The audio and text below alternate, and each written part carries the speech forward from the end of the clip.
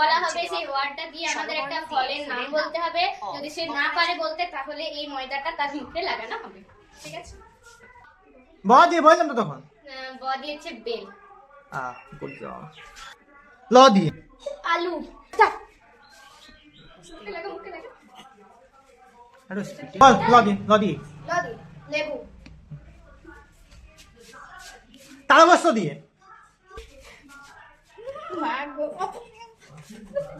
তালবস্ত দিয়ে আর বলে মাখা বসে দিয়ে তালবস্ত দিয়ে ডাল।